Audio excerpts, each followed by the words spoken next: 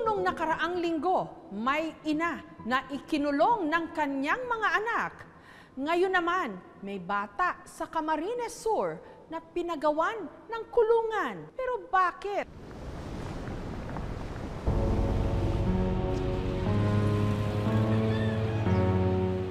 Tila may mga munting matang nagmamasid sa mga dumadaan sa maliit na barangay na ito sa Pasakaw, Camarines Sur. Malayo ang tingin, pero tila wala namang tinatanaw. Madalas nakasilip sa bintana na nagsisilbi rin niyang rehas. Ang bata sa bintana, ang 6 na taong gulang na si Junjun. Hindi niya tunay na pangalan. At ngayon, papasukin natin ang kanyang mundo sa maliit at madilim na kulungang ito.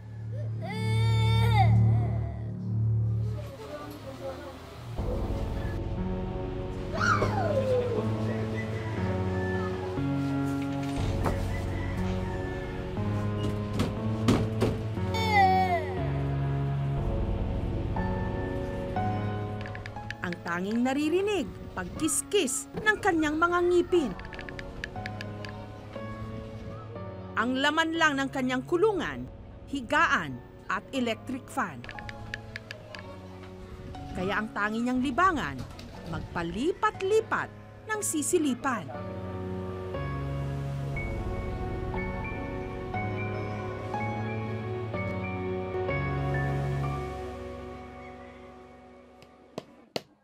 Maya-maya pa, nangalampag siya. At ilang saglit pa, inabutan siya ng gatas ng nakatatanda niyang kapatid na si Clark. Minsan po umuupo lang siya tapos tulala. Tapos minsan naglalaro. Pag dumididi na siya, titimplahan ko. Titigil na po siya sa pag-iyak.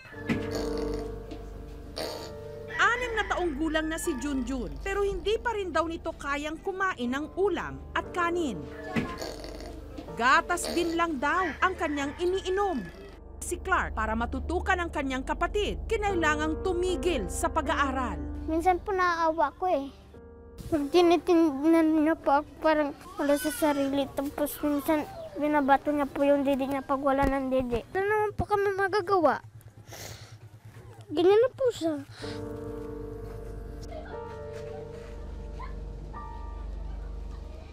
Ilang oras pa ang lumipas, may sumilip na pamilyar na mukha. Ha? Nagdidi ka na? Ang kanyang ina, si Josefa. Normal naman daw na isinilang ni Josefa ang pangatlo sa 4 niyang anak na si Junjun. Malusog po siyang bata, hindi po siya sakitin, bibo po siya, maputi-puti, gwapo pong bata. Pero nagbago ang lahat nung nagkasakit ito.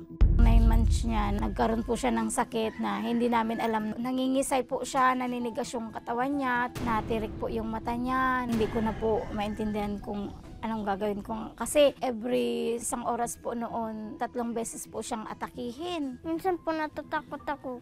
Mataas yung pong mata niya tapos naninigas po yung katawan niya. Niyayakap ko na lang po. Gagantuhin ko po yung niya mata para tumigil na po siya.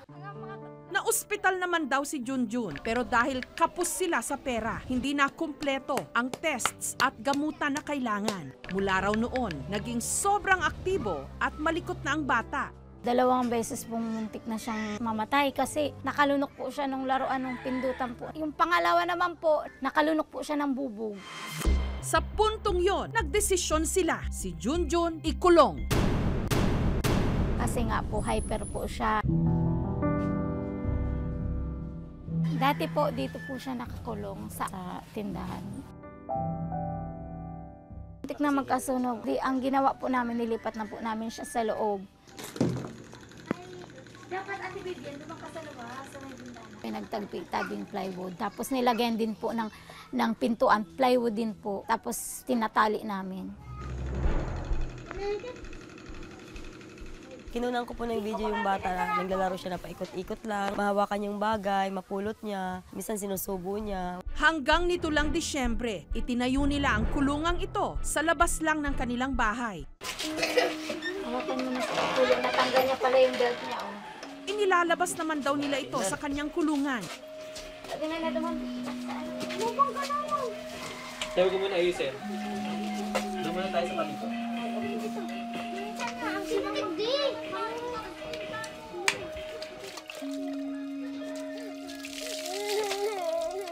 Tuwing ito'y pinapaliguan,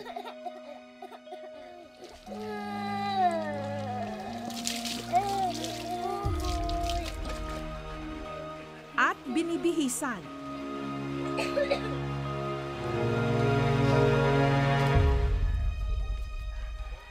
Katabi pa rin naman daw nilang matulog si Junjun. Pero pagdating ng umaga,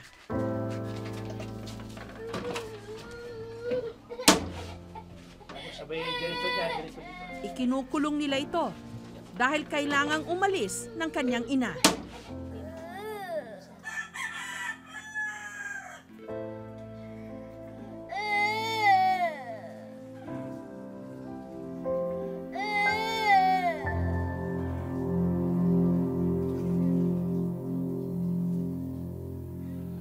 Lola John, sira mo po! Ang mister ni Josefa sa Maynila nagtatrabaho. Siya naman nagtitinda ng isda. Kilo-kilo na. Ang kanyang kita, dagdag daw sa 2,000 piso kada linggong padala ng kanyang mister. Kanina, nakabili ako ng isda. 360 yung kinita ko is 410. Hindi mo maiwasan po sa mga kapitbahay na i-judge kayo kasi pabaya nga daw po akong ina sa mga anak ko. Sabi ko naman, basta bigyan niyo ako ng pang-diaper, asukal, gatas sa mga anak ko. Sabi ko, pagbuhay namin, hindi ako aalis dito.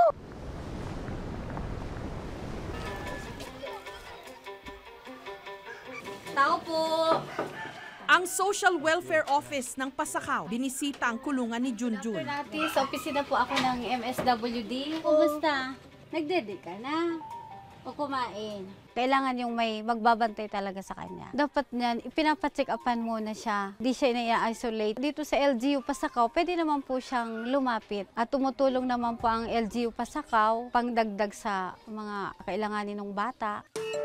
Sinamahan ng aming team sina Junjun para siya'y mapacheck up.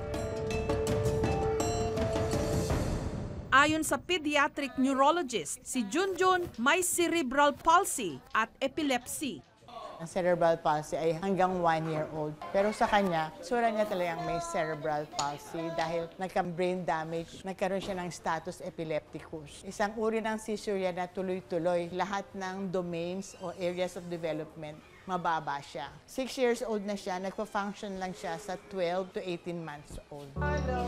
Maling-mali raw na ikinukulong ang mga may ganitong kondisyon. Pag ikinulong mo sa isang kwarto, hindi magde-develop in the right way yung bata. Katulad ngayon, yung bata, ilang oras pa lang siya na-stimulate at naka-expose sa mga toys. Ang ganda-ganda na ng behavior niya. Lumalakad na siyang tweed. Kailangan daw sumailalim si Junjun sa ilang pang pagsusuri para malaman ang naging pinsala sa kanyang utak. Mali po pala yung ganun. Wala siya nakakahalubiyong tao. Hindi na po namin siya ikukulong.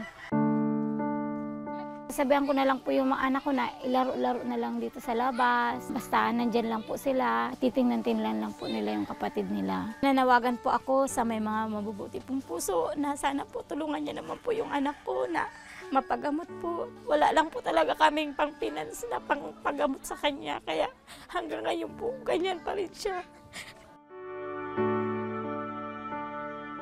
Kailangan po nila ng ating tulong para ang mga batang katulad ni Junjun hindi kailangang ikulong, mapagamot at mabigyan ng pagkakataon.